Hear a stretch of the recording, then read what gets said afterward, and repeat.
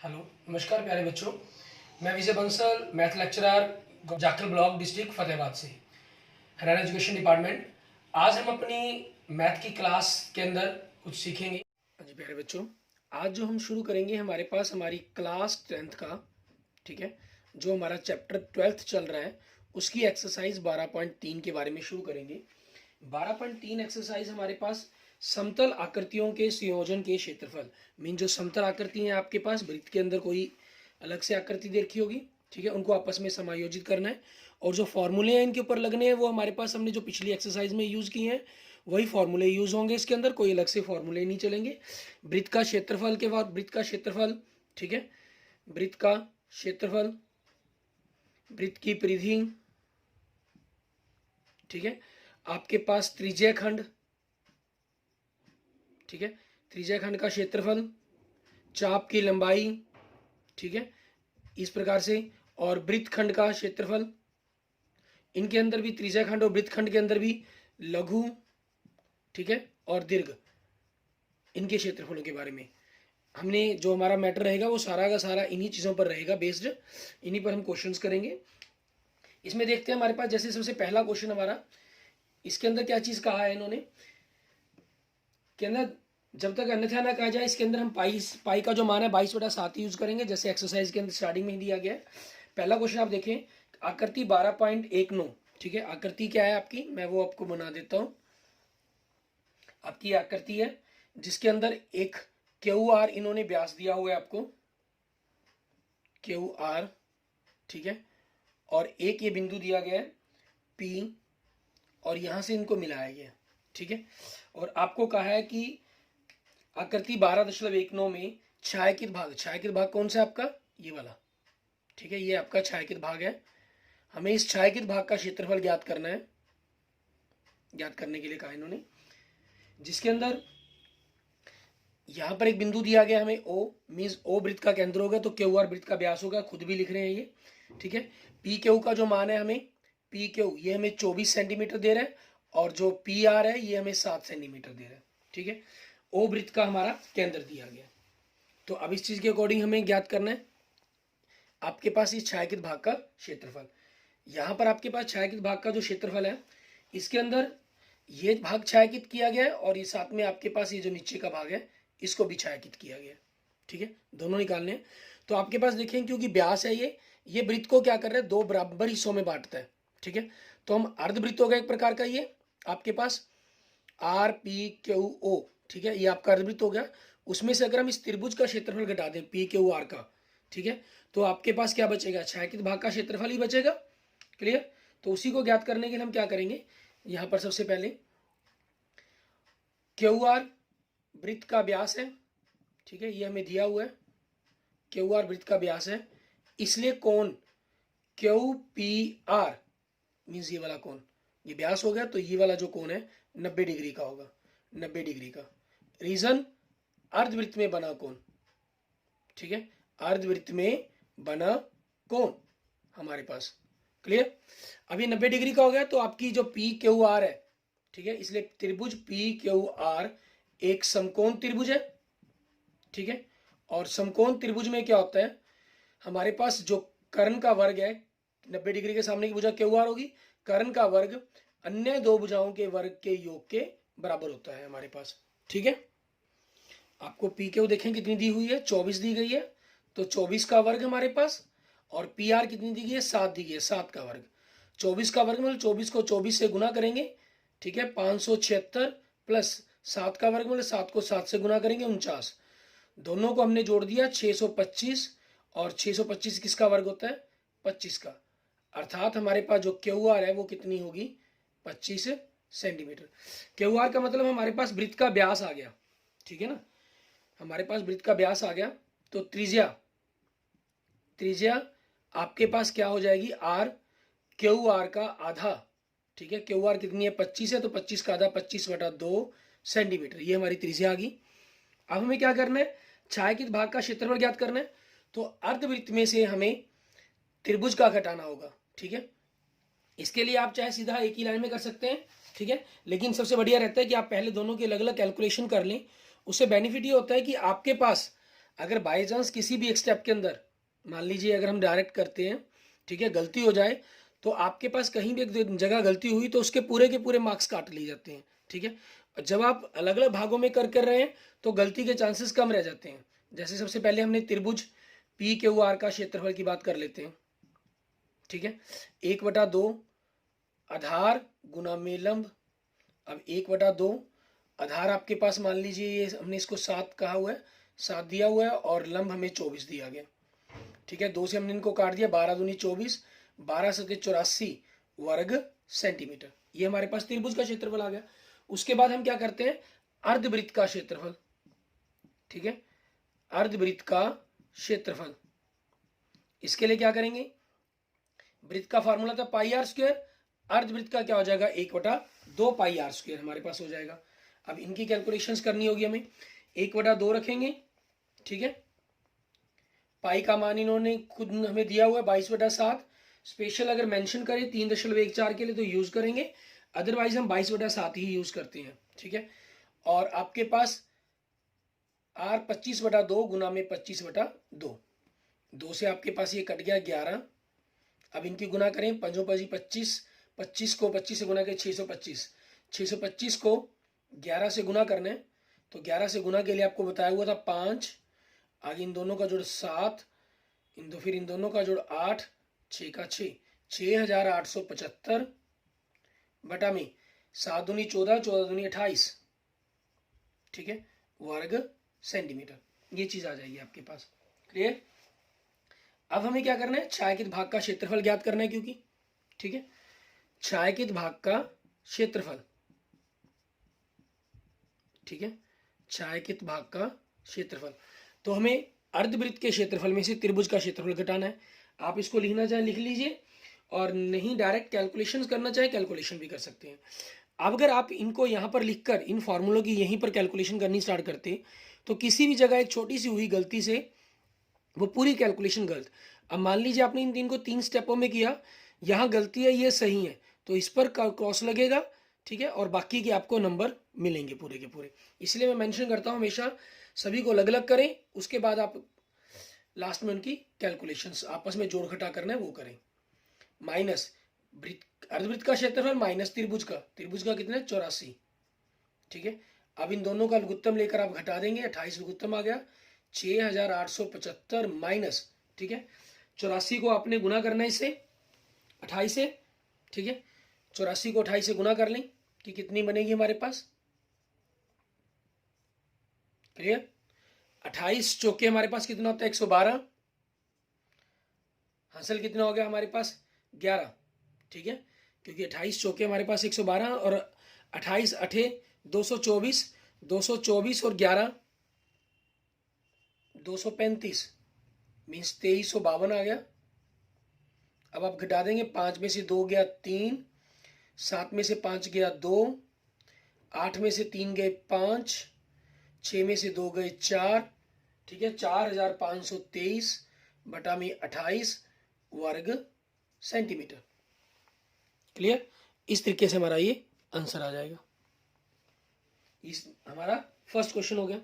आगे देखेंगे हमारे पास हमारा नेक्स्ट क्वेश्चन नंबर 2। उसमें हमें क्या कह रहा है, ये क्वेश्चन नंबर 2 में आपको कह रहा है आकृति 12.20, ठीक है, एक अलग आकृति दी हुई है आपको इन्होंने, उसके बारे में कह रहा है, ठीक है। आकृति 12.20 के अंदर छायांकित भाग का क्षेत्रफल ज्ञात कीजिए यदि केंद्र O वाले से केंद्रीय वृत्तों की त्रिज्याएं क्रमशः 7 सेंटीमीटर और 14 सेंटीमीटर हो, ठीक है। आपके पास एक ही केंद्र के ऊपर बने हुए 2 वृत्त हैं, ठीक है, और इस प्रकार से एक की त्रिज्या 7 सेंटीमीटर है और जो बाकी पूरी की त्रिज्या की बात करें तो वो 14 सेंटीमीटर है, ठीक है। आपको ये दे रहा है OBDAC, ठीक है, और जो ये कोण दिया हुआ है इन्होंने 40 डिग्री का दिया हुआ है। छायांकित भाग के अंदर कौन सा भाग कर रहा है ये, ठीक है। अब इसके लिए हम क्या करेंगे, हमारे पास इस त्रिज्याखंड का बड़े वृत्त की त्रिज्याखंड का क्षेत्रफल में से अगर हम छोटे वृत्त के त्रिज्याखंड को घटा दें तो बचेगा क्या हमारे पास, ये छायांकित भाग ही बचेगा। तो उसी के ऊपर हम कैलकुलेशंस करेंगे हमारे पास, ठीक है। क्वेश्चन नंबर 2, त्रिज्या आर बराबर में, मतलब जिसको हम ओ ए बराबर में ओ सी कह लें, वो हमें कितनी दी गई है 14 सेंटीमीटर। और त्रिज्या छोटी आर से लिख लें ओ बी बराबर में ओ डी, ये कितनी दी गई है 7 सेंटीमीटर दी गई है। ठीक है, और इन्होंने कौन दिया हुआ है हमें, कौन ए ओ सी मतलब थीटा डिग्री कितना दिया गया 40 डिग्री का। ठीक है, तो अब आपको दोनों ही त्रिज्याखंड के क्षेत्रफल ज्ञात करने हैं और उनको आपस में घटाना है। ठीक है, वो आपकी वही चॉइस, जैसे मैंने आपको बताया था, आप प्रेफर करें कि दोनों की कैलकुलेशन अलग अलग करें। मैं यहाँ पर आपको इकट्ठा करके बता रहा हूँ कि उसमें गलती के चांसेस क्या रहते हैं, छायांकित भाग का क्षेत्रफल। ठीक है, अब इसको करने के लिए हमें क्या करना है, त्रिज्याखंड AOC का क्षेत्रफल माइनस त्रिज्याखंड, ठीक है, हमारे पास किसका BOD का क्षेत्रफल। त्रिज्याखंड है तो पाई आर की घात 2 थीटा बटा में 360 माइनस पाई आर की घात 2 थीटा बटा में 360। पाई थीटा आपका बटा में 360 कॉमन निकल सकता है, तो अंदर बड़ी आर की घात 2 माइनस छोटी आर की घात 2 हो जाएगा। ठीक है, और अगर आप इन पर दोनों की अलग अलग कैलकुलेशंस करना नहीं चाहते, ठीक है, आप इस फॉर्मूले का यूज कर रहे हैं, तो पाई थीटा बटा में 360, इसका formula a minus B A plus B, हमने ये यूज कर दिया सिर्फ कैलकुलेशन को थोड़ा सा और ईजी करने के लिए। 22/7 गुना में 40/360 डिग्री, पाई का मान रख दिया, थीटा का मान रख दिया, इधर 14 माइनस 7 14 प्लस 7। ठीक है, 0 से 0 कट गई, 4 एकम 4 4 9 36। ठीक है, आपके पास ये कट गया, और यहाँ से 14 माइनस 7 7 होगा, तो ये 7 से कट जाएगा आपके पास। तो बचा क्या आपके पास, देखें 22 गुना में 1/9 गुना में, ठीक है, 14 और 7 कितने हो गए 21। अगर आप यहाँ पर 7 नहीं काटना चाहते हैं, ठीक है, मान लीजिए अगर आपको यहाँ प्रॉब्लम्स आती है कई बार कि 7 ही ऐसे यहाँ कैसे कट जाएगा, तो कोई दिक्कत नहीं है, आप बाद में काट सकते हैं। गुना में 7 बटा में 7 यहाँ भी कर सकते हैं। 7 से 7 कट गया, 3 7 21 और 3 3 9। ठीक है, आपके पास ये आ जाएगा। अब इनकी गुना कर देंगे हम, 22 सतह हमारे पास कितना होगा 154। ठीक है, 154 हो जाएगा, बटा में हमारे पास कितना हो गया 3 वर्ग सेंटीमीटर। 154 बटा में 3 वर्ग सेंटीमीटर, ये हमारे पास हमारी इस भाग। ठीक है, अच्छा इसके अंदर आप दोनों का अलग अलग कर लेते हैं, क्वेश्चन की थोड़ी लेंथ जरूर बढ़ती है, लेकिन इसमें क्या रहता है कि घटाने के अंदर जैसे हम यहाँ पर कैलकुलेशंस कर रहे हैं, हम कई बार आपस में इन निशानों को मिक्स कर कर, ठीक है, कैलकुलेशन में मिस्टेक ना कर दें, उस मिस्टेक के चांसेस आपके 0% हो जाते हैं। ठीक है, यही सबसे बड़ा फायदा रहता है आपके पास अगर हम दोनों को अलग अलग कैलकुलेशंस करें। ठीक है, मैं आपको जो मोस्टली क्वेश्चन कराऊंगा वो अलग अलग ही करवाऊंगा। यहाँ मैंने सिर्फ आपको एक क्वेश्चन सैंपल के तौर पर करवाया कि मिस्टेक के चांसेस क्या रहते हैं। देखने के अंदर आपको भी यहाँ भी कैलकुलेशन अलग करो, इन पर अलग करो। ठीक है, वो दोनों आपस में मिक्स एक दूसरे के काटने के चांसेस, यहाँ मैंने कॉमन निकाला, आप बाई चांस कॉमन नहीं निकालते। ठीक है, मैंने कॉमन निकालकर दोनों रकमों को एक बना दिया, आपने अगर दोनों को अलग अलग रख कर कैलकुलेशन करने की कोशिश की तो वहाँ मिस्टेक के चांसेस थोड़े से ज़्यादा हो जाते हैं।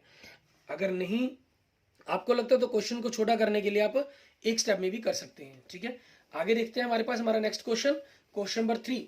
इसके अंदर हमें क्या करना होगा, हमें क्या दिया गया है, ठीक है, हमें कह रहा है कि आकृति 12.21, ठीक है, ये आकृति हमें क्या दी गई है, एक वर्ग दिया गया है, उस वर्ग के बारे में बात कर रहे हैं। छायांकित भाग का क्षेत्रफल ज्ञात कीजिए जहां यदि ए बी सी डी, ठीक है, ए बी सी और डी आपके पास एक भुजा 14 सेंटीमीटर वाला एक वर्ग है, और ए पी डी आपके पास और बी पी सी, ठीक है, आपके पास दो अर्धवृत्त हैं। तो हमें छायांकित भाग का क्षेत्रफल ज्ञात करना है। छायांकित भाग के अंदर क्या दिया गया आपका, ये वाला पोर्शंस दिया गया। ठीक है, ये आपके पास छायांकित भाग हो गया। हमें इस छायांकित भाग का क्षेत्रफल ज्ञात करना है कि क्या रहेगा आपके पास। ठीक है, ये हमारे पास छायांकित भाग का क्षेत्रफल वर्ग में से, अगर दो यूं मान लीजिए एक वर्ग है उसमें से दो अर्धवृत्तों को, ठीक है, काट दिया गया है आपका। अब क्वेश्चन नंबर 3 देखें, ठीक है। तो हमें सबसे पहले वर्ग का ही बारे में पता करना होगा। वर्ग की भुजा, ठीक है, वर्ग की भुजा आपको कितनी दी गई है? 14 सेंटीमीटर दी गई है। अब अर्धवृत्त, क्योंकि इस अर्धवृत्त को ये चीज इस प्रकार से बनाई गई है, तो ऑब्वियसली इस भुजा को व्यास लिया गया होगा।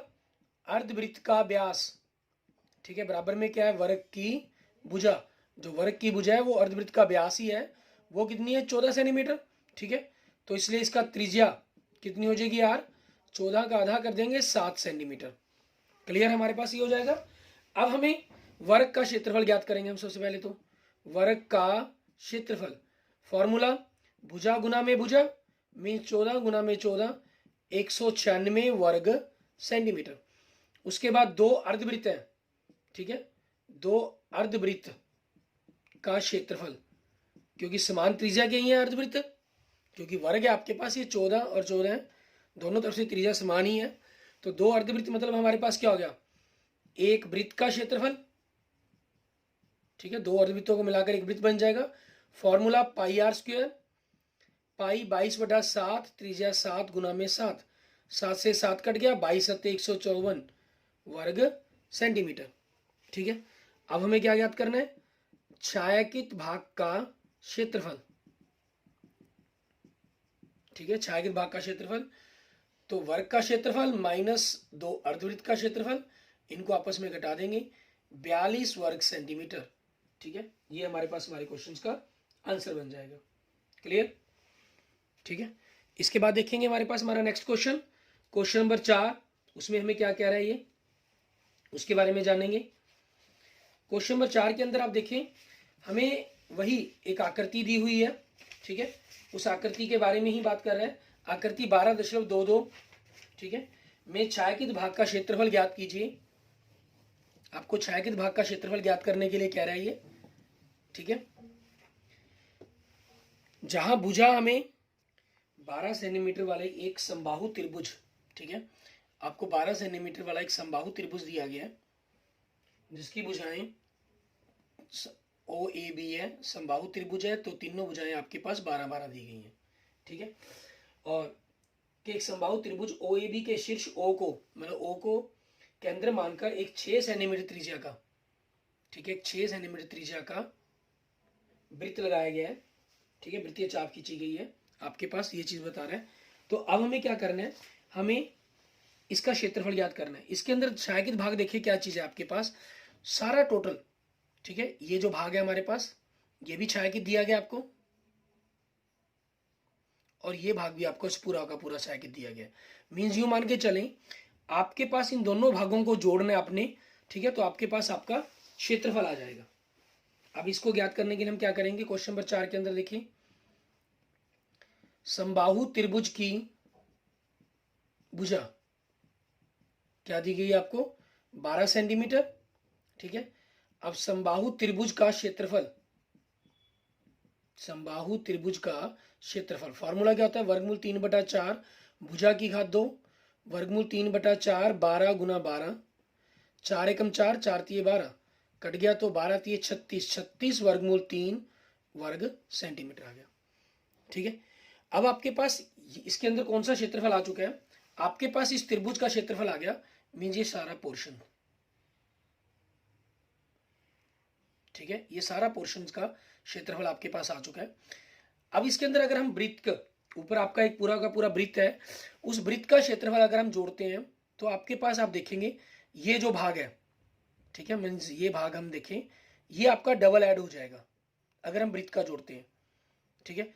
लेकिन अगर हम इसको एक त्रिज्याखंड माने तो आपके पास ये एक दीर्घ त्रिज्याखंड हो गया।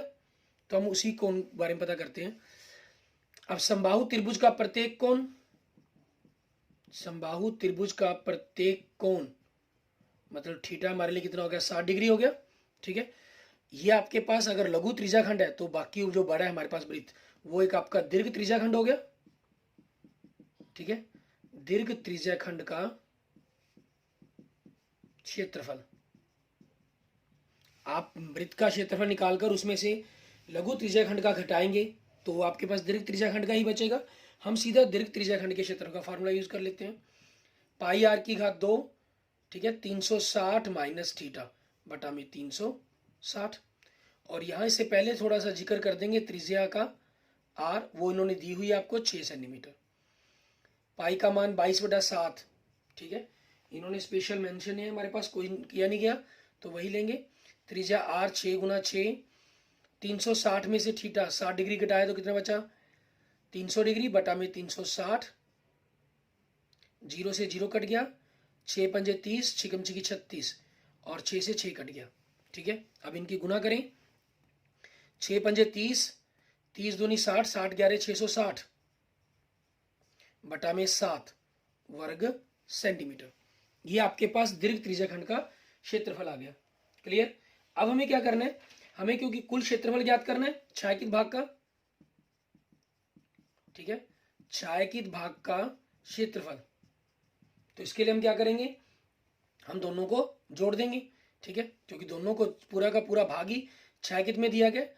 आपके पास दीर्घ त्रिज्याखंड का प्लस त्रिभुज का क्षेत्रफल, ठीक है, घटाकर नहीं बन रही है हमारे पास, क्योंकि पूरी की पूरी आकृति ही छायांकित है, तो दोनों को जोड़कर लिख दिया गया। ठीक है, ये हमारे पास हमारे छायांकित भाग का क्षेत्रफल आ गया। क्लियर। इसके बाद देखते हैं हमारे पास हमारा नेक्स्ट क्वेश्चन, क्वेश्चन नंबर 5। इसके अंदर हमें क्या दे रहे हैं इसमें कह रहा है कि भुजा 4 सेंटीमीटर वाले प्रत्येक कोने से, ठीक है, 1 सेंटीमीटर त्रिज्या वाले वृत्त का चतुर्थांश काटा गया। ठीक है, एक चतुर्थांश काटा गया आपका वृत्त का। ठीक, किस प्रकार से, ये देखें, हमारे पास एक वर्ग दिया गया, ठीक है, जिसकी भुजा 4 सेंटीमीटर दी हुई है, और उसके चारों कोनों से 1 सेंटीमीटर त्रिज्या का चतुर्थांश काटा गया। मीन 4 चतुर्थांश हो गए, तो 4 चतुर्थांश मिलकर आपके पास पूरा एक वृत्त बनाएंगे आपका। ठीक है, और उसमें से क्या किया गया, बीच में से 2 सेंटीमीटर व्यास वाला एक वृत्त काटा गया। ठीक है, और जैसा आकृति में दिखाया गया है ये आपको आकृति है, किताब में दी हुई है। वर्ग के शेष भाग का क्षेत्रफल ज्ञात करें। मींस आपके पास जो ये बाकी भाग बचा, ठीक है, आपको इसका क्षेत्रफल ज्ञात करना है। ठीक है, हमें इस पूरे भाग का क्षेत्रफल ज्ञात करना है कि क्या बनेगा आपके पास, इसके बारे में जानना है हमें। तो हमें करना क्या होगा, वर्ग में से आपके पास चारों चतुर्थांश और वृत्त, इसके क्षेत्रफल को हमें घटाना होगा। ठीक है, तो उसी के लिए हम काम करते हैं। आप देखेंगे क्वेश्चन नंबर 5 हमारे पास, वर्ग की भुजा ए कितनी दी गई है 4 सेंटीमीटर, तो वर्ग का क्षेत्रफल, ठीक है, क्या हो जाएगा हमारे पास, भुजा का वर्ग मीन्स भुजा गुना भुजा 16 वर्ग सेंटीमीटर। ठीक है, ये हो जाएगा हमारे पास। आगे हम देखेंगे हमारे पास क्या दे रहे हैं, चतुर्थांश। ठीक है, चतुर्थांश की त्रिज्या कितनी दे रहा है 1 सेंटीमीटर। तो 4 चतुर्थांश का क्षेत्रफल जो हमें इसमें से घटाना है, 4 चतुर्थांश का क्षेत्रफल, 4 गुना चतुर्थांश क्या होता है, वृत्त का चौथा हिस्सा, 4 से 4 कट गया आपके पास, पाई का मान 22/7, त्रिज्या 1 गुना 1। ठीक है, आपके पास ये आ जाएगी, तो कितना हो गया 22/7 वर्ग सेंटीमीटर। ठीक है, ये चीज बन जाएगी आपकी। उसके बाद देखेंगे हम, अच्छा यहाँ पर आप पाई का मान अगर 3.14 रखना चाहें, वो सिर्फ इसलिए ताकि कैलकुलेशन आपके लिए थोड़ी सी इजी हो जाएगी। ठीक है ना, हमें घटा जोड़ करने के अंदर आसानी होगी, उस कारण आप रखना चाहें तो रख सकते हैं। अगर नहीं भी रखना चाहेंगे 22/7 के अकॉर्डिंग भी कैलकुलेशन कर सकते हैं, वो हमारी चॉइस पर डिपेंड करता है। ठीक है, आगे देखते हैं हमारे पास जो वृत्त दिया गया बीच के अंदर। ठीक है, वृत्त का व्यास दिया हुआ है इन्होंने कितना 2 सेंटीमीटर, तो वृत्त की त्रिज्या, ठीक है, वो क्या बनेगी, इसको बड़ी आर से लिख लेते हैं, 2 का आधा हमारे पास 1 सेंटीमीटर। तो वृत्त का क्षेत्रफल, क्योंकि इसको घटाना है हमें, पाई आर की घात 2, पाई 22/7 गुना में 1 गुना 1, ठीक है, 22/7 वर्ग सेंटीमीटर, ये आ जाएगा आपके पास। अब देखिए हमें क्या करना है, छायांकित भाग का क्षेत्रफल। ठीक है, हमें छायांकित भाग का क्षेत्रफल ज्ञात करना है। ठीक है, छायांकित भाग का क्षेत्रफल, ये आपके पास क्या बनेगा। ठीक है, ठीक है, इसमें हम क्या करेंगे, वर्ग का क्षेत्रफल माइनस 4 चतुर्थांश का क्षेत्रफल, हमारे पास, ठीक है, और माइनस वृत्त का क्षेत्रफल, क्योंकि इन दोनों चीज़ों को काटा गया है। तो वर्ग का क्षेत्रफल हमारे पास 16/1, ये 22/7 माइनस 22/7।